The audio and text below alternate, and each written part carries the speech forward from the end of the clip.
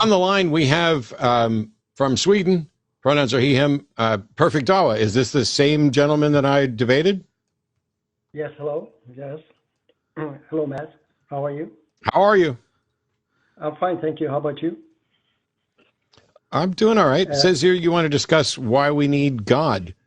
Yeah, what difference does it make? Oh, go ahead. Yeah. Yes, actually, I was going to say that that topic we had together was the first time I had that topic. That's why I didn't have enough experience. And thank you for that debate, because I got enough experience to debate that. You got enough experience from one debate. Well, congratulations. Yes. I still don't have enough experience, and I've been doing this for 20 years, so clearly you're way better at it than I am. Yeah, but what are you calling about today? Yes, I'm calling that I would like to know what would make you to believe, because that day I unfortunately, I thought that those verses that I brought up would convince you, but I understood that they were not enough for you. But I was wondering if I, for example, split the moon for you, would that make you to believe that God exists? Why would you splitting the moon for me make me think that God exists? I mean, I'm asking you if that would make you to believe. No, I'm asking you a question to specifically emphasize this point. You just said, if you split the moon for me, would that convince me that God exists? So, first of all, let's say the moon was split. How do I know that you did it? And how could that possibly demonstrate a God? Okay, let's put it like this, that if God told me that I give you a miracle so that you can convince Matt that I exist, okay? So, for example, this time I would say to everybody, the entire planet, and you as well, that I'm going to split the moon so that atheists, they watch it and they believe that God exists. So if you saw that, would you believe that God exists? No, but does the God that you hang on. Okay. The God that you're advocating for, does that God want me to know that he exists? Actually, God wants that you follow his commands. Okay. Okay, stop. I'm asking very specific questions. Why are you answering a different question? Does the God that you're talking about want me to know that he exists? Actually, not. It is not so important for him that he wants you to know that he exists. Okay. Then why are we talking about it? So because we need God. Okay. My question is that. No, I don't need God, and I don't give a shit. I don't need God, and I don't give a shit about a God that doesn't have any interest in demonstrating that he exists. Because if he doesn't demonstrate that he exists, stop talking. Okay. All right. If he doesn't stop fucking talking, okay, I'm going to mute you now. Stop talking over me. If your God does not care whether or not I know that he exists, then he is an idiot. Because if he expects me to follow his commandments, I would first need to know that he exists and those commandments are from him, wouldn't I? Okay. All right. Okay. Now, wouldn't I? Can I just no. You will never ever be allowed to talk on any show that I ever do if you just sit there and wait for me to stop talking and not answer the question I just asked you. I just put a question to you. If your God wants me to follow his commandments, does he want me to do that even if I don't believe that he exists? Okay, now I can talk, yeah? No, now you're fucking done. No, you're fucking, I'm never, ever, ever going to take a call from you again unless you answer the question that I'm asking. Why is conversation so difficult for you? I asked you a question. I paused. Now you can answer it. So let me try this one more time. And if you get this wrong, you are done. Okay. Here we go. Can you ask? Can I Your ask? God, you said your God wants me to follow his commandments. Yes or no? Yes, yes. Does he want me to follow his commandments even if I don't believe that he exists? Yeah, he wants that you follow his commandments. He's an idiot. Why would anybody follow the commandments of a God that they don't believe exists? Okay, so now I can answer your question. Yeah, why he doesn't want. Just asked, what the fuck is wrong with you? I said, why would any God expect someone to follow their commandments if they don't believe they exist? That was the question. Answer it. Okay, Matt. God asked you to love one another. If he exists or doesn't exist, asked you a question. If you swear to the God that you're trying to fucking shill for, if you don't answer the question that I've asked you, I will hang up and you will never get to speak on any program that I'm ever on again. Do you understand? Yes or no?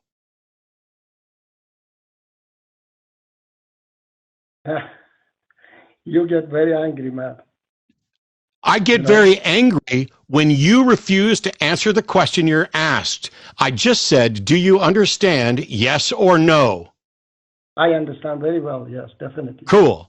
Then please, the question that we're asking is, I said, why would any God expect someone who doesn't believe they exist to follow their commandments? Because if you don't believe that God exists, then there is no authority and no reason to follow commandments. Would you follow the commandments of a God that you don't believe exists?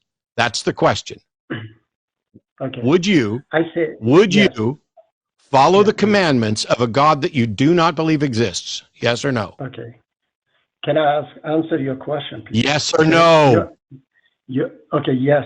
If it is a nice commandment, if it is a good commandment, I don't care from where it comes. Okay? It's a good commandment. It will help me and it will solve our problems. Then I follow. It doesn't matter who sent this. It's a messenger. You're not following a commandment. You're following. You are behaving consistent with an instruction you agree with. That's not a commandment. Okay.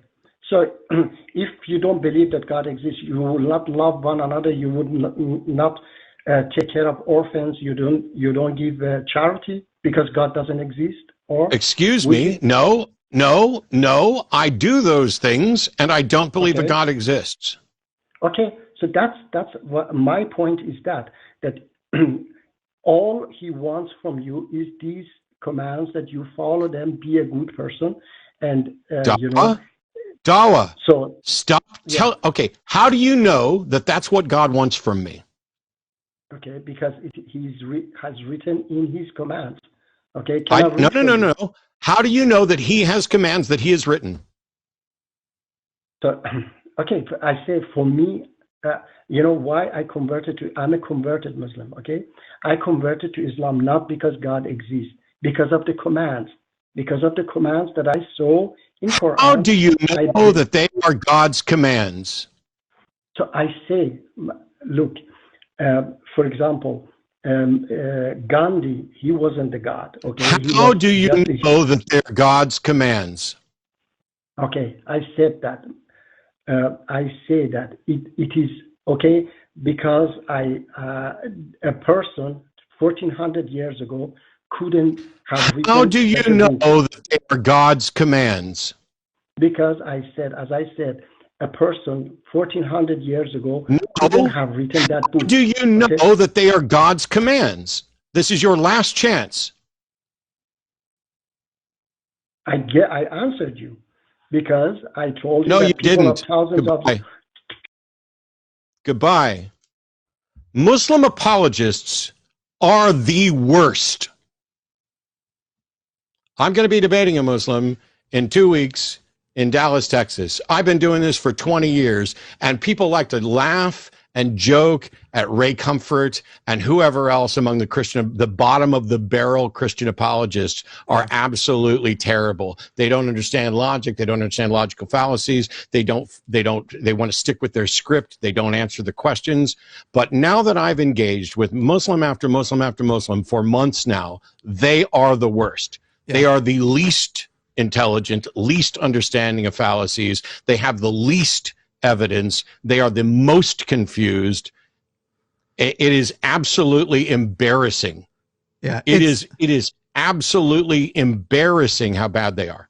Even amongst their so-called moderate group, they are as bad as like the young Earth. What we laugh at from young Earth creationists by default when they say things like by the way, the thing I was interested in, had he started engaging honestly, if he's allowed to ask a hypothetical question, I don't see why I can't give a hypothetical answer, which is yes. Let's say hypothetically, yes, if you split the moon, that would convert me, or at least it would convert other people, because for sure it would. Now what? You going to split it? What is the purpose of this hypothetical that isn't even a hypothetical, because it won't happen? I already know the purpose of this, and this is the part that it isn't necessarily clear for people. What they want to do is say, even if I were to split the moon, these atheists still wouldn't believe. That's what they want to do. But they're too stupid to understand the flawed epistemology they're engaged with. If you were to say to me, God just sent me a message, and he is going to split the moon in half tomorrow at noon Central Time, and I will be standing right next to you when it happens. And then they came over, and at noon we walked out. Well, I don't know why you'd split the moon at noon. It's rarely up and visible, but on this day, we'll make sure that the moon's visible at noon, because that does happen on occasion.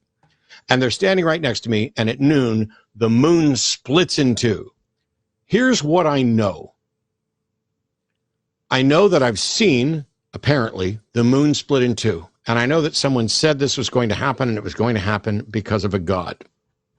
However, how do I rule out alien technology that I don't know? How do I rule out some sort of power that this person has? How do I rule out 25,000 other things? And at the end of the day, if that scenario were to play out and you became convinced that God exists, you would have flawed epistemology. Because first of all, if there was a God who can split the moon, why does he need you to come tell me that's what he's going to do? Why does he need to split the moon at all? A God with power like that could very clearly, unequivocally come up with a proper test scenario that demonstrates his power immediately to anyone and everyone. Your hypothetical, as Jimmy pointed out, is stupid. It demonstrates the flawed epistemology that you theists already begin with. Your epistemology is so flawed that you accept bullshit claims about the supernatural, that zombie Jesus rose from the dead, that countless miracles that have nothing but a claim, and you think that that's sufficient to justify this. If you are a theist, your brain is broken. Not in a mental illness way, in a flawed foundational way, where you have a flawed epistemology because you're willing to accept the supernatural under grounds that you can't. Perfect Dawah, who I already debated and posted a debate review about, is absolutely, first of all, he's a liberal Muslim. So you're not going to get him on he doesn't think that Muhammad actually married a 6-year-old and consummated at 9. He doesn't think the moon was split in half, which really pisses me off that he decided to use that as an example. He is literally dumber than a sack of hammers when it comes to epistemology. He doesn't understand what should convince, which is why when I went down this road of saying, how do you know that these are the commands of God? He just talks about, this convinced me. And how could a man 1,400 years ago have known this stuff? You haven't demonstrated that Muhammad did know anything. What's happened here is that science discovered stuff, and you guys go back and find a way to fit it in. Meanwhile, the Quran is absolute garbage and is wrong about countless things. Is it better than the Bible in some areas? Sure. But you know what's not? Muslim epistemology is horribly flawed. They don't know a thing. And Christians are maybe barely better, and Mormons are probably worse than both of them. Nah, it depends. Come on, Joseph Smith made this shit up just within living memory. Yeah, of course. But it's argument. Actually, engaging in an argument, I would find more intellectually challenging with a lot of Mormons than certainly Perfect Dawah. Yeah, Mormons. Every Mormon I've engaged in an argument with, they just give up. And smile testimony and say, yes, well, that was a nice talk. Thank you. Yeah. Yeah, that's true. But in the case of Perfect Dawah, he does not understand what should convince, which is why he's convinced. And this is the thing that I find is so sad. I keep running across these individuals. Oh, I became convinced of this religion. Well, great. Thank you for demonstrating that you don't understand the basics of what should convince anyone. Yeah. It's sad. Yeah. I don't know. I'm willing to put it out here. This isn't something I think Matt would be willing to do. If anybody reckons they can split the moon, whatever the power is, I agree to suspend my skepticism and start believing in their God. You just got to do it. I'm gonna put that challenge out there. I can't. Yeah. I would absolutely, if you split the moon, I'll believe that, we did the same thing with resurrections. If you resurrect somebody from the dead, I'll believe that they're resurrected. How they were resurrected is another story. Yeah. For me, it's I'll suspend the skepticism and do it. Go ahead, split the moon, and I'm in. I don't even know. I don't know how you can suspend. I don't know how anybody can suspend skepticism. I will believe that you split the moon. Yeah. Well, I'll die shortly after. The moon splitting would be disastrous for us all. But yeah. All right. Well, yeah. Go let's ahead. Try again because let's try again. It's Easter and I'm in a mood, and so I'm going to take a deep breath and welcome Danny.